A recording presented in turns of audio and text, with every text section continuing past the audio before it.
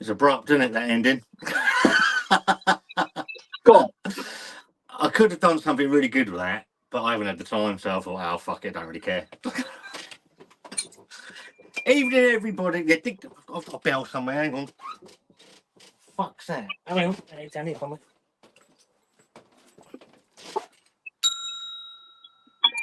Yeah, let's rock and roll. Good evening, everybody. Welcome to Scott Reviews Things. I think this is the first time Dean's actually been on Scott Reviews Things. Well, I know it's the first time that Dean's been on Scott Reviews Things, but so obviously this is my very good friend, Dean's Beer Reviews. Hello, how you doing? Now, I was working things out a little bit earlier, Dean. We've been friends for 5 years now. Bloody hell. Wow. That's gone quick, really, when you think about it.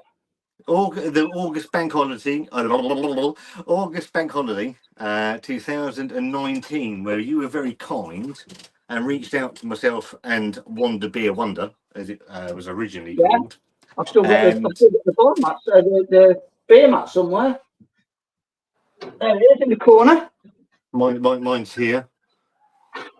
Yeah, and I think we did Hazy Jane from the. We did indeed, yeah. And a couple of other bits and pieces. So always nice. And then I know we're going to get into this, but just a general chat. There's no agenda for the evening or anything like that. Just a beery. We haven't done a beer live for a very 2 years, I think, Dean. Yeah, well, I as you know, I sort of gave up with it all, to be fair. So I know you still steamroll on with them, sort of like, you know, you enjoy it and whatnot. But I just, yeah, in all honesty, not bothered by it anymore. I think it's one of those things, mate, in it, where especially when you do something like beer, that we've both been in situations where we're both falling in and out of love of turning the camera. Certainly where you do beer, you fall out in and out of love of switching the camera on. To do it. I've actually found a great deal of love in Untapped, unbelievably, which I think we spoke about the other week. And I do things these days that they amuse myself more than I'm not interested in. I've never been interested in views, channel growth, or anything like that. I just do things that make me happy. Yeah, I mean, and that's initially, I think, I don't know, 95% of people that want to start doing this, I think that's the intentions to begin with anyway. And whatever comes with it is a bonus. That's how I've always looked at it. But I think, I mean, I've got no, you probably know that I like doing a bit of barbecuing and stuff, but it's just mucking about with, if I was to film something like that, I don't think I'd have the patience, to be honest with you. Well, I think we had this conversation a few moons ago about well, I think it was when I was looking to sort of do other things than beer. And obviously we've been to your house where you did a barbecue when we came back through from our honeymoon in the Cotswolds, and we stopped off and you and Gemma very kindly did a barbecue. So I know how good your barbecues are. And you said, well, I do these barbecues, etc., etc., etc., but I don't know if I've got the patience. And I said to you, the editing of food is a fucking faff, mate. It really is. I wouldn't know where to start, mate, because as you know, when I do a beer review, it's camera on, camera off. Yeah. Blah blah blah blah blah blah, as quick as I can, and turn the camera off. So when it comes to doing something a bit more long-winded, like cooking something on a barbecue, it's all the cutting and editing and all that. I wouldn't know where to start, so I'm not even going to bother with it. So yeah, diversifying for me would be out of the question. Beer, I mean, yeah, I still love beer, don't get me wrong, but I think it's changed when it comes to doing it on air. I think we'll get into that as well, because I completely I've got a few subjects in my head that I want to dive into. Obviously, for people that don't know, me and Dean have been, I've just said, we've been friends for about 5 years. We speak probably not as regularly as we used to. I think that's fair enough to say. Fucking life. been at Well, the it's just, hospital. we know where the line is, don't we? And if we don't speak to each other for a week or two, that's not the end of the world. I know that you're on the end of the phone, and vice versa, and that's how we work, isn't it? With it. I like to see mine and your friendship as a fucking triumph, actually, Dean, because every other cunt on YouTube has fucked me off. Apart from Dave.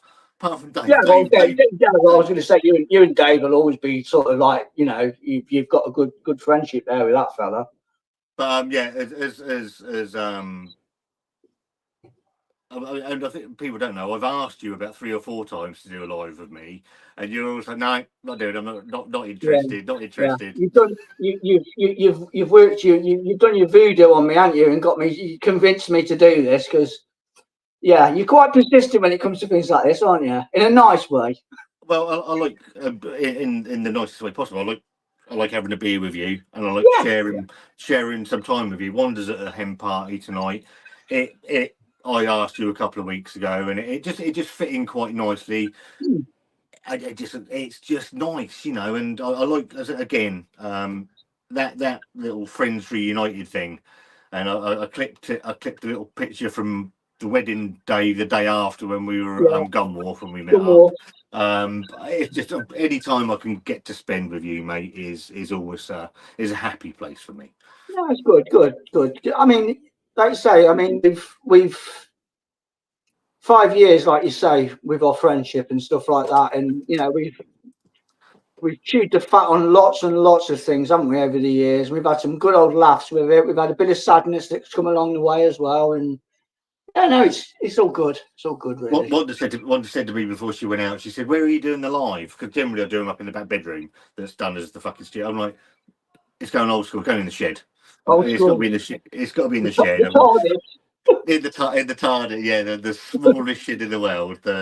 See, and actually, I don't spend a huge amount of time out here anymore, which is a bit sad, really. We'll have a quick get through the comments. There's not a huge amount. I'm not worried about, but throw your comments in. Any questions for myself? Any questions for Dean, the fountain of knowledge on beer? And genuinely, and I know I say this, but genuinely, I still firmly believe this: the best beer reviewer on YouTube because of what Dean's just said. He's concise, no fucking bull. I got accused of fucking waffling on the other day by Mark D.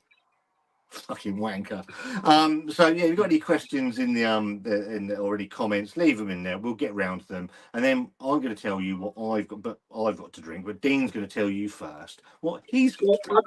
I've just cracked open. Obviously, I watched Scott's video the other day when he did his Sainsbury's top 5, and I haven't had this for a while, and I do like it. And I thought, when you put that up on your video, I thought, I'm gonna get a bottle of that. It's been a while, and also got a couple of bottles of Pilsner Urquell as well. So, and whatever's in the fridge if I need it. Obviously, you just told me that you've got Pilsner Urquell. Jack and Chantel, Wanda's daughter and her boyfriend, had just come back from Prague and bought me a very nice Pilsner Urquell glass. Yeah. So I need to christen that with a beer. But the beers I've picked up, I had a plan. So anybody that's watched my live streams for about the last 2 years, all I've drank is fucking Franziskaner. That's all I've drunk religiously for 2 years, of 18 months. So, like Dean, I've picked up a Weihenstephaner, and obviously I didn't know what Dean was going to have, so I've got Weihenstephaner. But I've also picked up a Schneiderweiss, and I was going to pick up a Paulaner, but I didn't go to Morrison's. So what I've done is I've picked 2. Me and Wanda have been to the Brewer's Tap, Martha, and I've picked up 2 beers I haven't had before. One of them's from Dark Revolution in Salisbury, and it's their wit beer called High Life. Get this right. What's the ABV on that, mate? There you're asking. I brought my glasses out. 5% on the nose. Okay. And I've got high hopes for the next one because this brewery are absolutely fabulous. It's from Rivington, and it's their water running down double dry hop pale ale. Yeah, one of the very few breweries that do 500ml cans as well. And I think it was about £6.50, and I just thought, no, I'm having that. I'm gonna have that. And I'm gonna treat myself. Yeah, yeah. That's how you've got to look at it as well, because we've both said, haven't we? It's an expensive old game dabbling with this bloody craft beer, Yep. and you do. I mean, I stick by it even to this day. Now it's a gamble, but some of the beers that you buy, it's a gamble, isn't it? They can be bang average, or they can be amazing, or downright awful. But all the same, it still costs you £6 or £7, you know, for the privilege. Obviously, I'm on a very carefully calorie controlled diet at the moment. So my intake of beer has plummeted enormously. So I'm very careful, with money, and it's saving me a lot of money actually, to be fair. But I like to try and get bang from a buck when I'm actually buying a beer now. So I'm very careful with the breweries that I go to and actually use. And I'm going to break out the Rivington. I don't know. Have you had anything from this brewery, Dean? Disruption is Brewing. Nope. They're from Camberley. Really good. Okay. New So if you kids on see the block them, then. sorry. Are they new, are they? I don't know how new they are. I've come across them in about the last 6 months down at the Brewer's Tap. Yeah. We went to they're 5 years old. I know that because it's their Okay. fifth birthday class. It's their fifth birthday class. So I know that. So, but we went down there and I've had a couple of their beers, and then I had their hot sauce at London Craft Beer Festival that almost blew my head off. But I need to go to their tap room because it's not far from where I work. So, be very impressed with them. I'll probably come with you next year to that. Yes, mate, do it. Yeah, I might do. Yeah. Absolutely shit faced I was. Absolutely shit faced. I'll be the same as well if I went to a festival. I think I'd just you get carried away, don't you? It's not that we had obviously I use the power of the YouTube, and let's go through the comments and we'll get into that. So Salty Popcorn, evening, how are you doing, mate? Steve Butler, I know he was watching the England Ireland game. I don't think he's going to be very happy if he's an Ireland fan, or he's going to be happy because England won. I think it was 2-0. So Yeah, hope you're doing well. Andy K. I wasn't interested, to be fair. I did find it funny that Jack Grealish and Declan Rice both scored, having spurned the Republic of Ireland. I thought that was quite amusing. Andy K, how are you, mate? I know Dark Revolution's up in your neck of the woods, so I'm looking to get up there because I like their beer. Dom, how are you, mate? Sam Smalley, go and give Sam some love. He's got a beer review channel out in Australia, so go and give Sam some love. The Hop House, Eddie, how are you doing, buddy? Great day for a beverage. Every day is a good day for a beverage, mate. Does Dean watch Wilson's Barbecue? He's English but cooks American barbecues. No, he's a new one on me. I'll have to check him out. No, I've not heard of him. I like the smoking elk. He's around your neck of the woods, actually, Scott. Okay. Yeah, up off the A3. What is it? Oh, bloody hell. Hog's Back? Who? The Hog's Back up that way? No, more your side. Waterlooville? Yeah, around that area, I think. And of course, we've lost the greatest barbecuer ever, the Beer Hooligan. Oh God, yeah, he did some good cooking. He did, didn't he? Bloody hell, them replica burgers that he knocked out. To be fair to Mark, I know he was an absolute fucking retard of a man, but he could cook, mate. I'll give him that. Yeah, he had all the kit though, didn't he? I mean, to be fair, he had all the kit, didn't he? I mean, he couldn't do a beer review without a fucking Google note, but he could cook a rib. Yeah, no, he's damn good cook but in the videos that I've seen from the past, yeah, absolutely. I don't do the beer reviews anymore. I just did it as a hobby, but found the buying beers too mate, I've been there. I mean, the amount of conversations I had with Dean where I bought beers and just fucking necked them before they ever made it to the channel was in the early days was horrific. Horrific. Well, you used to get absolutely battered, didn't you, on lives?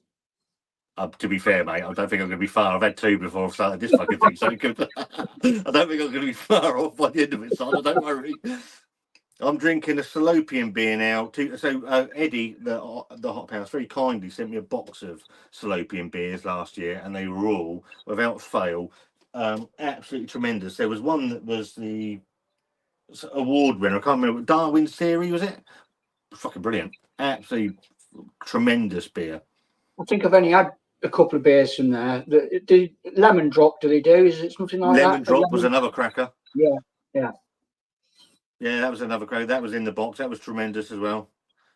Christoph's in our degustation. How are you, buddy? You need to do another live with Christoph. I used to like him. Yeah, I mean, he did. Yeah, I think he messaged me just because we used to do the Christmas ones, and I think he messaged me just before, and I said I wasn't going to do it anymore. But I don't know. We'll see. Yeah, we'll see.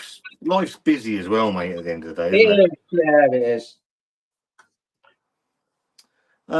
Scott, has Eddie Vedder reached out to you to share? Of course, that I should have brought my glasses out. Continual bombers after starring Pearl Jam. No, doesn't give me a penny. Penny. Fuckers, don't get me started on Pearl Jam. I'll get the fucking ump and shut the stream down. But for anybody's interested, I did get an Oasis ticket. You got one? Well, I didn't get one. Technically, I didn't get one. But Leah's boyfriend managed to get 4 for Manchester and has kindly offered me one. So I have, if I want to go to the Manchester gig, I have a ticket. Ah, fair play to you. So yeah, I've just got to work out the arrangements for sorting that out next year. So, but yeah, if I want to go, I can go. I mean, if they weren't too expensive, then I would have. I did think about it. Well, the whole procedure was a complete fucking joke. Oh, it's a mess. I mean, I know they've put extra days on now, haven't they? I think they've put another 2 days on to the Wembley one. Do you know what that really annoys me as well? Oh, we've suddenly magicked these dates out of thin. No, you haven't. Those stadiums have been booked for weeks, and you just drip feed. Every man and their dog do this, and it really pisses me off. It really pisses me off. But I mean, I joined the queue for the Wembley because we wanted to go on the 26th of July because I'm 50 2 days beforehand, and I was 185,000th in the queue for a stadium that holds 70,000. That's going to hold about 75. It doesn't make any fucking sense to me. Yeah. So I sat there for about half an hour, and it dropped about 3,000. And I thought, I've got better things to do in my life. Yeah, life's too short for that shit, mate. It's fucking crazy. And then you got all this thing about dynamic pricing and all this other nonsense. It's scandal. It's absolutely scandalous.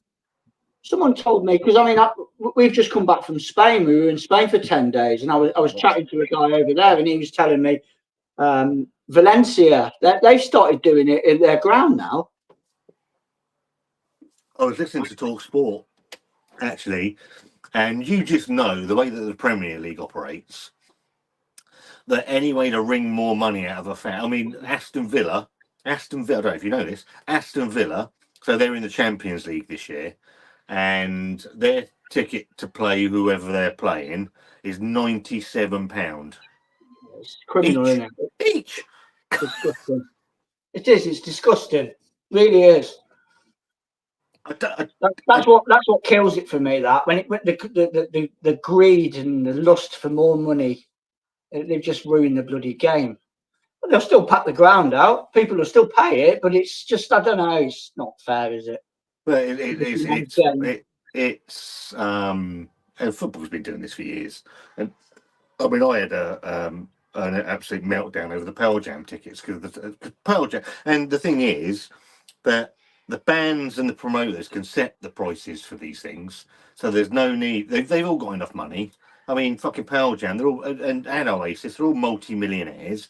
Obviously, I know Noel's going through his divorce, and I said this in the video that I did with Dave. But it's no different. I know that gap-toothed wonder up north was on about Noel paying for his divorce, but it's no different for me. When I went through divorce, I had to do overtime to pay for my divorce. So if you've got a revenue stream to bring in, I understand that, but don't fuck off and don't rinse your fans for it. Just set a price because you're going to make the money anyway, but don't fuck them off. It's bloody good. I mean, we don't know the ins and outs of it all completely, like the big picture of it all and everything. But I'm led to believe that next year, obviously, when they're doing the tours as well, is when the rights are up for sale as well. I've heard that. So he can make a killing on that and all, can't he? Really? So which all the rights issues, I think I don't have a problem with. I've got no problem with no, anything no, like no that. issue with that. That's commercial, that's big business, that's whatever. But when you're rinsing, and then they've made themselves look stupid by saying that any ticket that's sold above face value on a resale site is going to be cancelled. What about the tickets that were sold on Ticketmaster using dynamic pricing for 300 and something pounds? Well, that's above fucking face value. So you're going to cancel them as well? Yeah, double standards again, mate, isn't it? Unbelievable. Pompey Jim's in. Hello, mate. How are you doing? Hope you're keeping well. Steve Butler said, my woman got 4 tickets in Croke Park for Oasis. Fucking £800. Nearly. Oh, Jesus. It ain't. It's not cheap, is it? Oasis tickets, don't get me started on that farce. What a joke. I completely agree. I'm not defending it in any way, shape, or form. Hello, Thomas. Hope you're keeping well.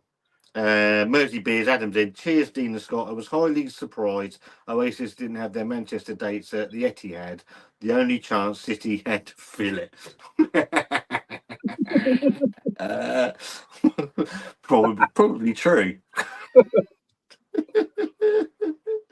I know they did a few gigs back in the day at Main Road, didn't they? They used to love playing there. Well, I had tickets. Obviously, I did the thing with Dave. Was it last week or the week before? I can't remember. And I had tickets in about either 97 or 98 for Wembley, and I couldn't go.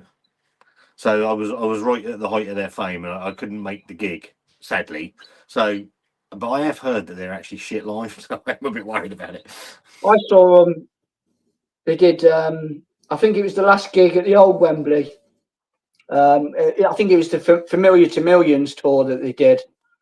2000 yes. That would have been, and I went to that with a mate. And it was, to be honest, I thought the Happy Mondays were better when they came on before them. I like Bez, he just cracked me up. He did. He was just jumping about for about 2 hours, just pissing about. And then Sean Ryder come on about half an hour later and just sang a couple of the classics. But I'd like them more than I actually liked Oasis on that day. Tell you what, mate, that's nice. That's What's a nice beer. Yeah. Hang on. Fucking eyes, mate. I should have brought my glasses out. Hang on. Over 2.5. We'll just leave it at that, eh? 5.5. 5.5%. But I don't think I've ever had bad beer from Rivington anyway. So I knew I was on safe ground. Yeah. Good brewery. Very good. Nostalgia-based gigs never meet expectations. I completely agree. I don't think I've got anything to say about that. I think I completely agree. It's probably going to be an absolute shit show if they make it and they fell out by then. Yeah, but there is that option. You never know, do you? I mean, I know they've both sort of slightly mellowed with age, but you never know, do you? With it, it takes one word. That's it. Game over. I did ask the question of whether it's sort of been a plan all along and whether they've actually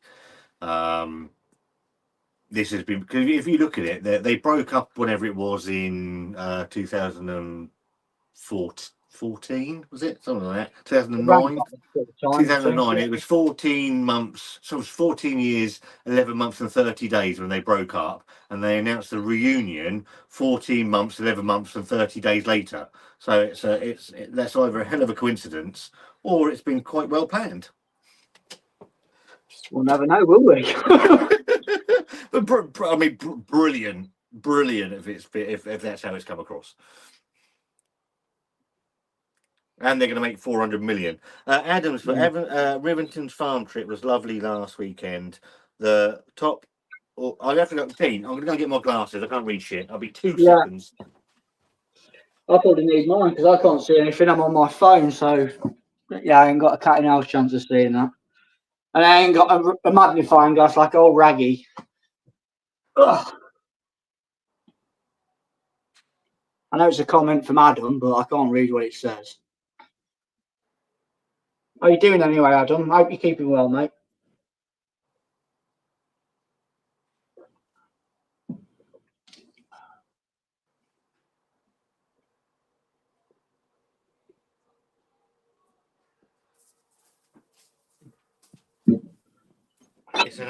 It's an age thing. It's an age thing, Dean. I know you're wearing reading Yeah, glasses these days. I've got glasses. I can tell it's from Adam, but I can't read what it says underneath. Rivington farm trip was lovely last weekend.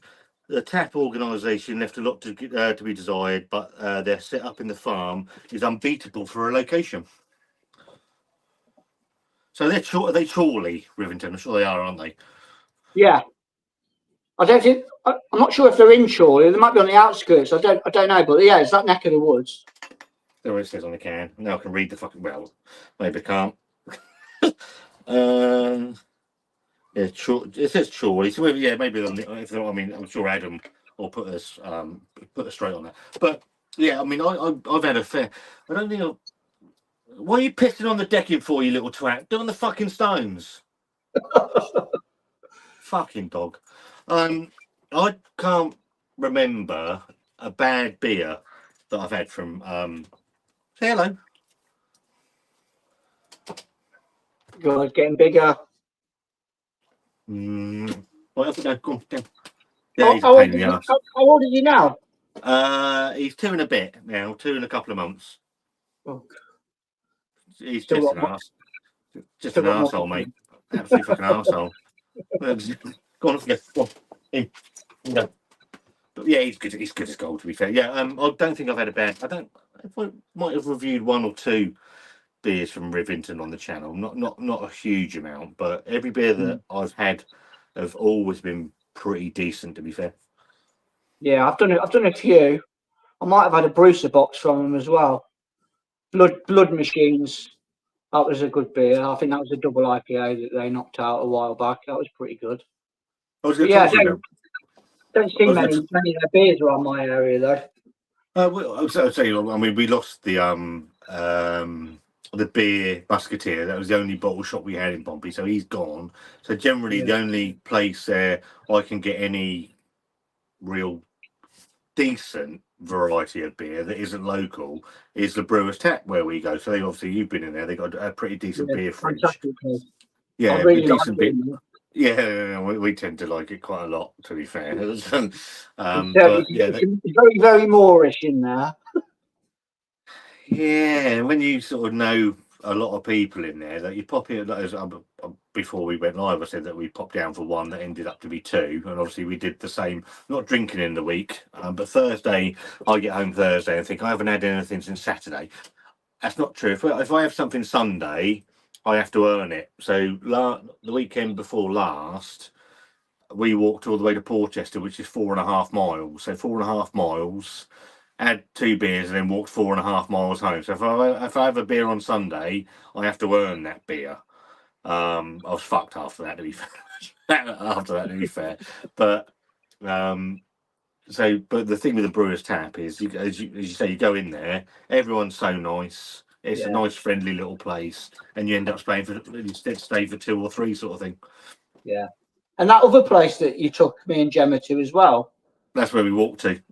Yeah. That's a nice little place, that is. Well, they've started up. They've got a YouTube channel now, the Portcullis, because they've got a shipping container out the back, and he's Phil's brewing his own beer. So I'm just waiting for him to sort his own beer out, and I'm going to go and have a word with him, and do some stuff with him, because he brewed an 8% West Coast not long ago, and it was fucking incredible. It was really, really good. So I want to do something with him. I want to do something with the Brewer's Tap as well. I keep meaning to have a word with Lorna, so I can go and have do something down there. Dave's moved.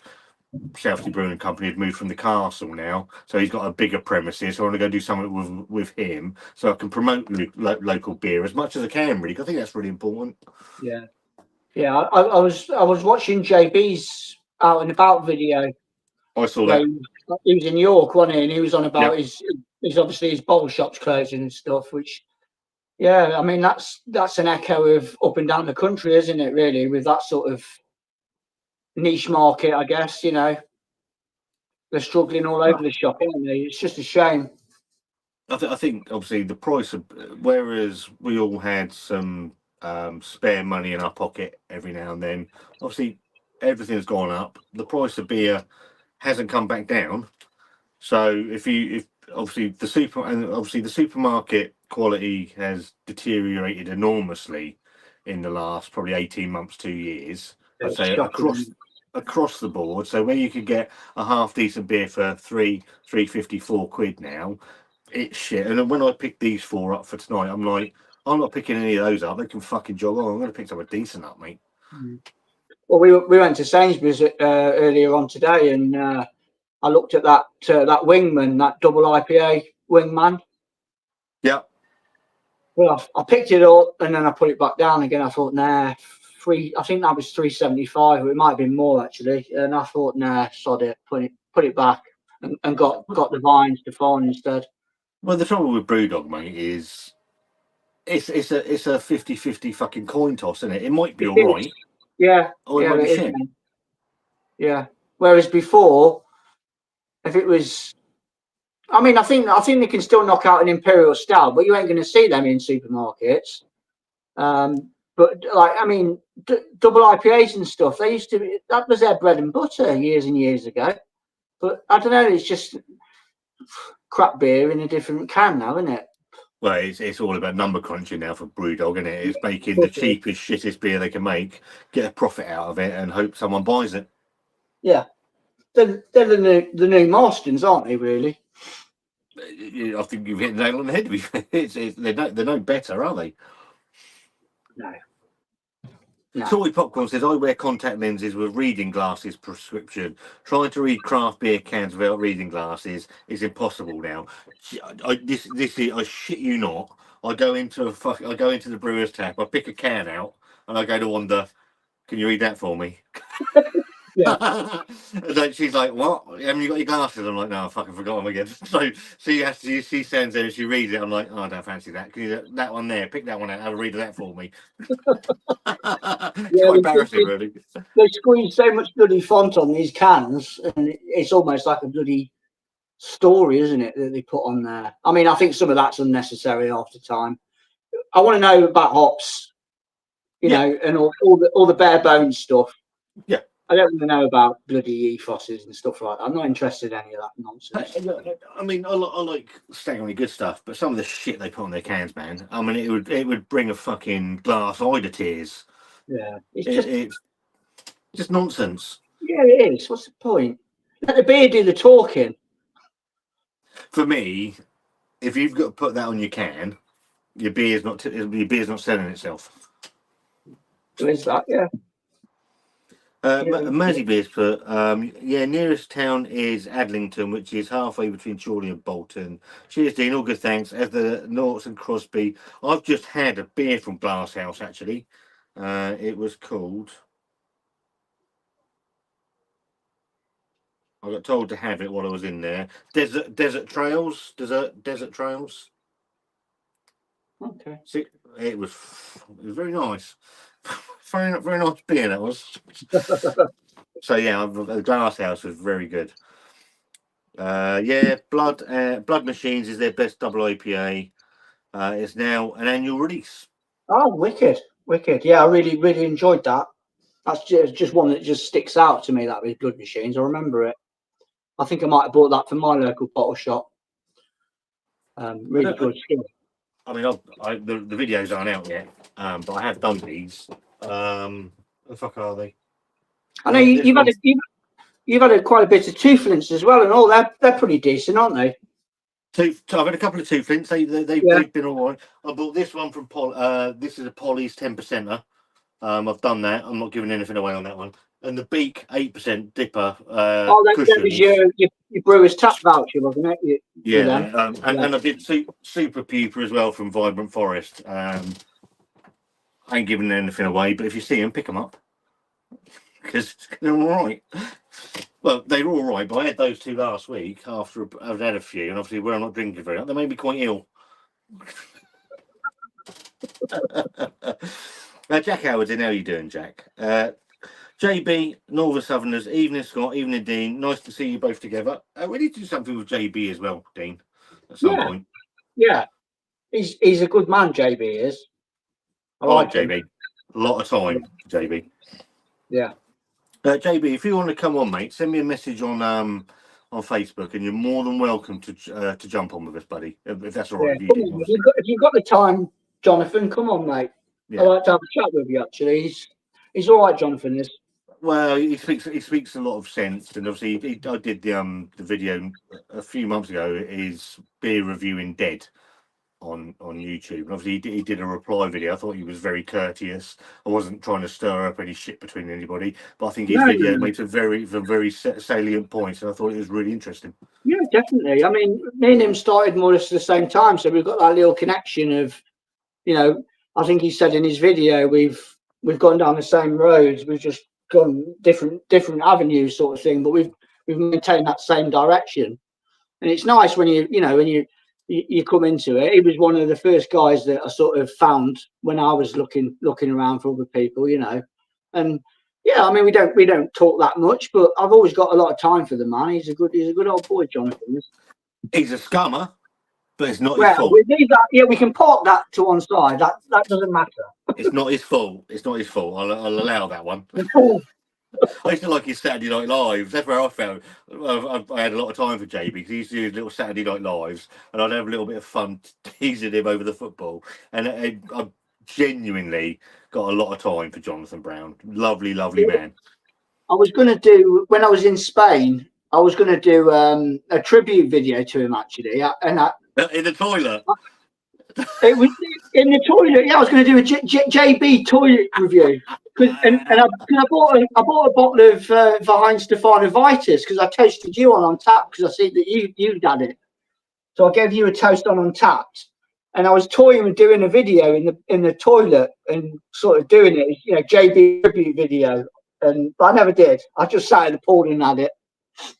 That Vitus is a fucking tremendous beer, mate. We went out last Saturday to the I had a voucher for my birthday last year for the brew house and kitchen, and I've been into a couple of them, and I didn't realise, when I said I just saw it as Vine Stefano in the fridge, I said I left that, come out as a Weizenbock. I'm like, yeah, fucking love that. It's lovely, really good.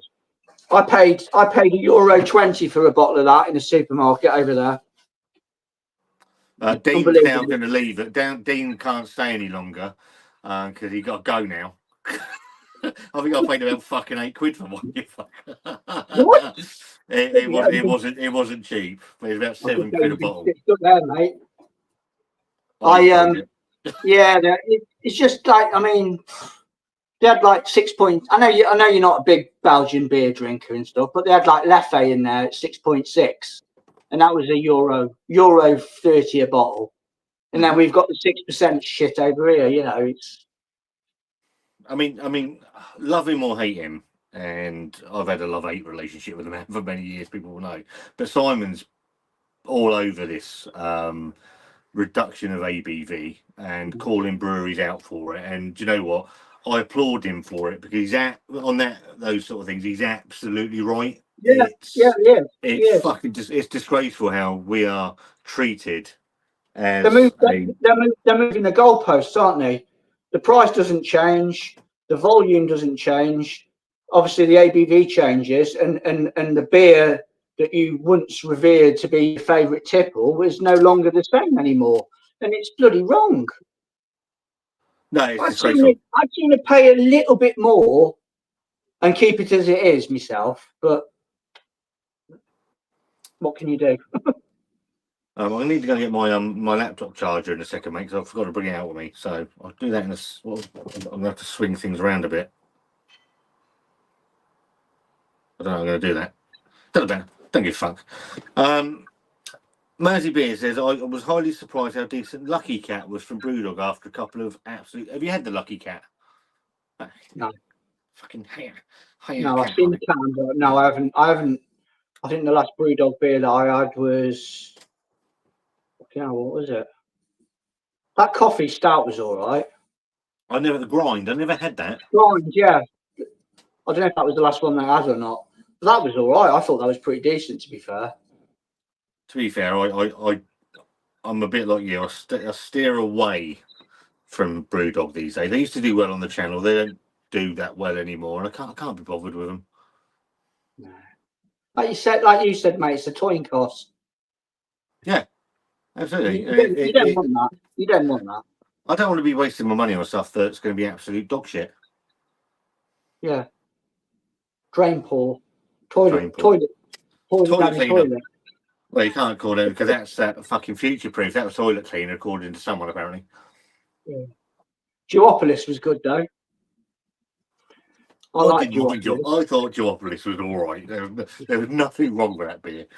Look at that's going back in it. When you two bombers in Morrison's for £5. Oh, the good old days, the proper the good days. Old days. When you could get wildebeest for £2.50. I mean, it's still genuinely one of the best beers I think to ever hit a supermarket price point.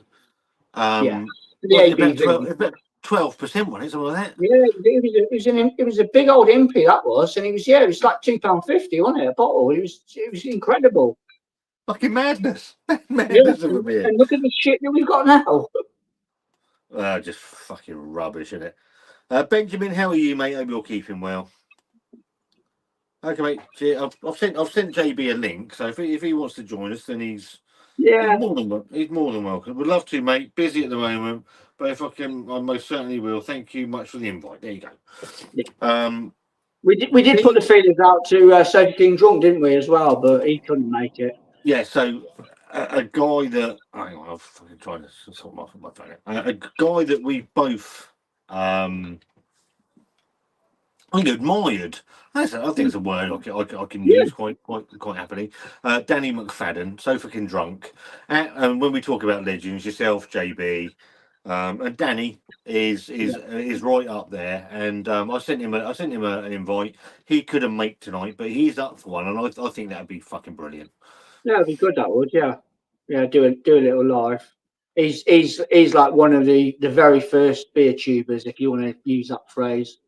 He was like the first wave of people that came in, along with Simon. Really, he's been doing it for a fair old amount of years. Danny has. I know he gave up, didn't he, for a bit? He was off. Yep. He was off the source for a year or so, and then he's come back with a vengeance. And Danny's sound. He seems to have these sort of bouts of he's not drinking anymore. He's not doing any videos, and he's back again. A bit like you sometimes, mate, where you're sort of to and fro with things, and you're back and do a little bit more.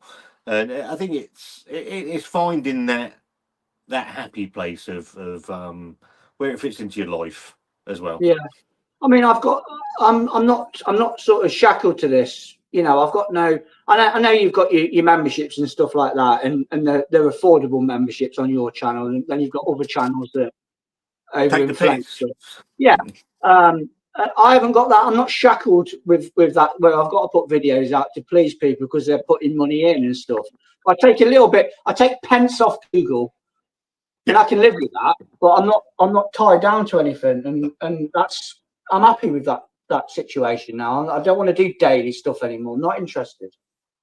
Someone took real offence at me having to go home for not putting any content out for their money. I don't know why. Look at the fucking selves, not me.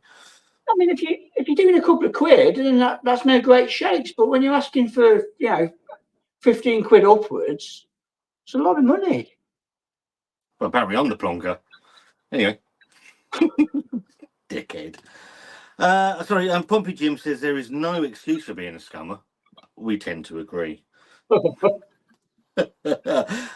Just drop in. Hello, Brett. How are you? I'm on the bus, a bit drunk from being in town. Brett, I need to do a live with Brett. I've done live with Brett. I've been on his live stream once for his birthday. Brett's another lovely guy.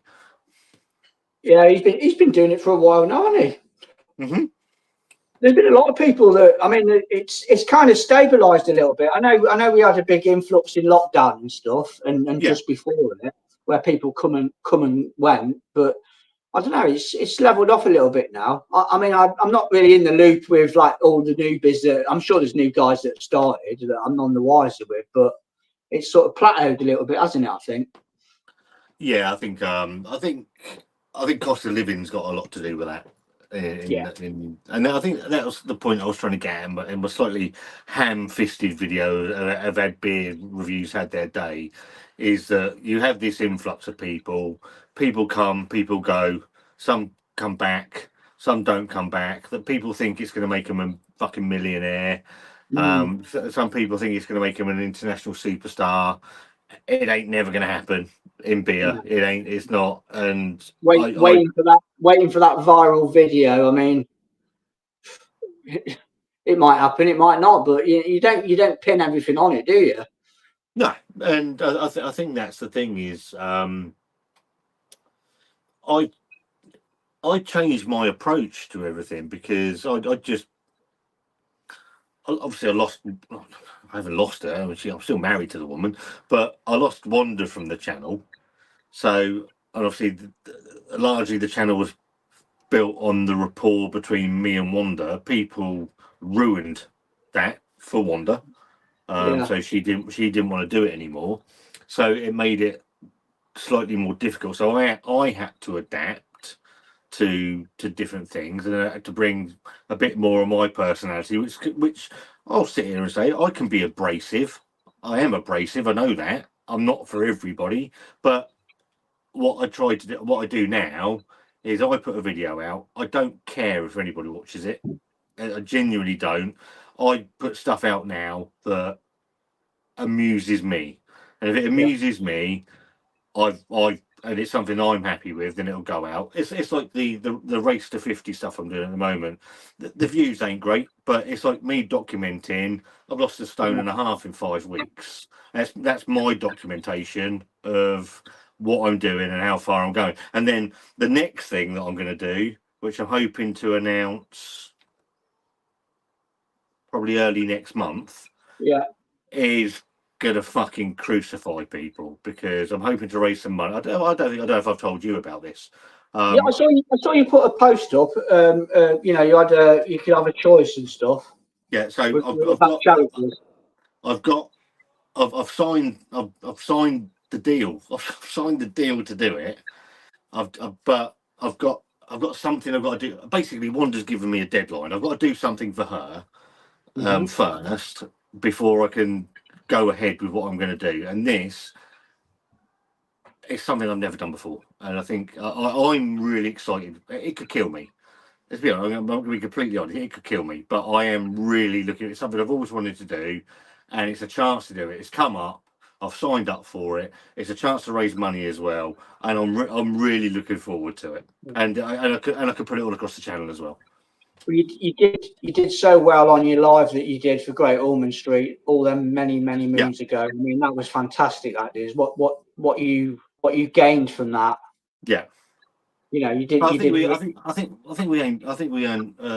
we got about 8 grand in the end. All told, it was about 8 grand. I mean, it was absolutely fantastic. And you've got to bear in mind you were quite a young channel even back then. I mean, how many years are we going back now?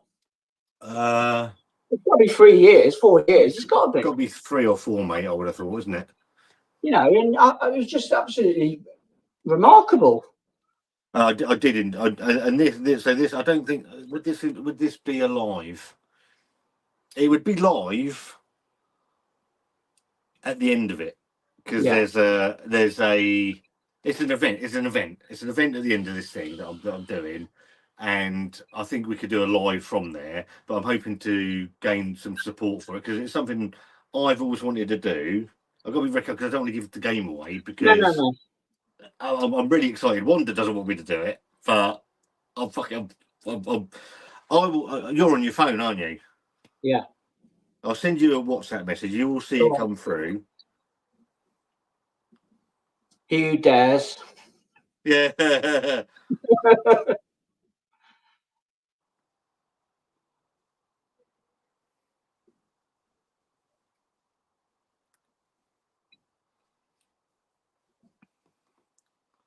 Fucking fair play, mate.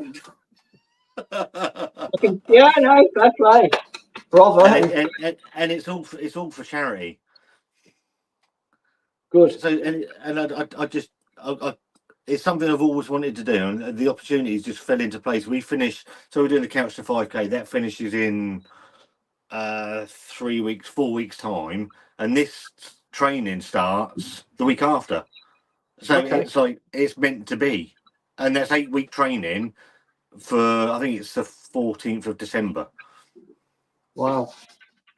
and then I'll die. Good luck to you. So Like I say, I'm looking, it's in the name of charity, so you know. and I think that's the thing is if it wasn't, then I wouldn't go anywhere near the fucking. Well, I probably would, to be fair, because I don't really give a shit. I don't really care, to be fair. I was going to ask you. So a lot of your reviews that I've seen over Yeah. the last few months, they surround the Bruiser box. Yeah. I've been a member for them now for I'm probably on about my 6th or 7th box. My last box that I got was a left-handed giant box, and really chuffed with that. Actually, there was some really cracking beers in there.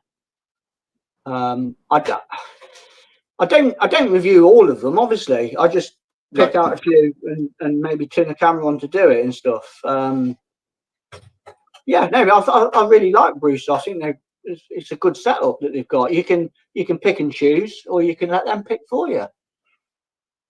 I think I mean obviously I've seen the Bruiser the Bruiser deals, and I'm very reticent to sign up to anything after the Beer 52 fiasco, and the inability to try and get out of that was like you have to threaten them with fucking napalm and nukes to try and get out of it. I tell you what, I shit you not, mate. I had to tell them that I was being made redundant to come off it. Really? Yeah, they weren't having it. I spoke to a woman. She was good as gold on the phone. I left a message. I sent a couple of emails first, and then got a response back. Then saying that one of our colleagues will give you a ring, and this Scottish woman rang me. Very nice girl, but it went on for ages. This conversation did, and I said, "Look, I'm being made redundant here. I can't afford to keep up with it." Oh, but you lose. You've got like 4,000 tokens or something, you know. So Give them to the fucking homeless. Don't fucking care. yeah, Yours them. but it was hard work that was trying to wriggle out of that. I think I had to threaten them. In the end, I think I threatened them with fucking pulling. I had no fucking subs at the time. Well, they didn't know that. I said I'll put it all over YouTube and every other social media I've got that you're a shower of shit. And then they haven't got a good like Trust Pilot and stuff like that. Some of the people on there, yeah, it's I think the whole 330 format doesn't really work now as well. No.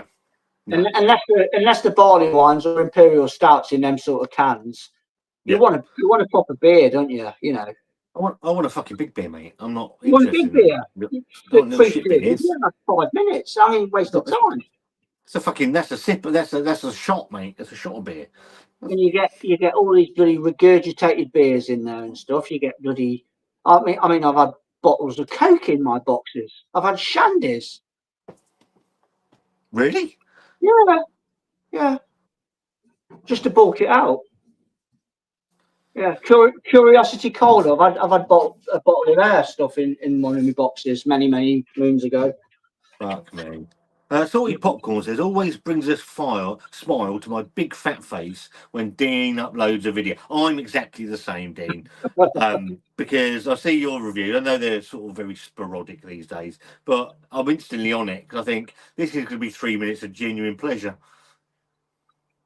Well, thank you very much, both of you.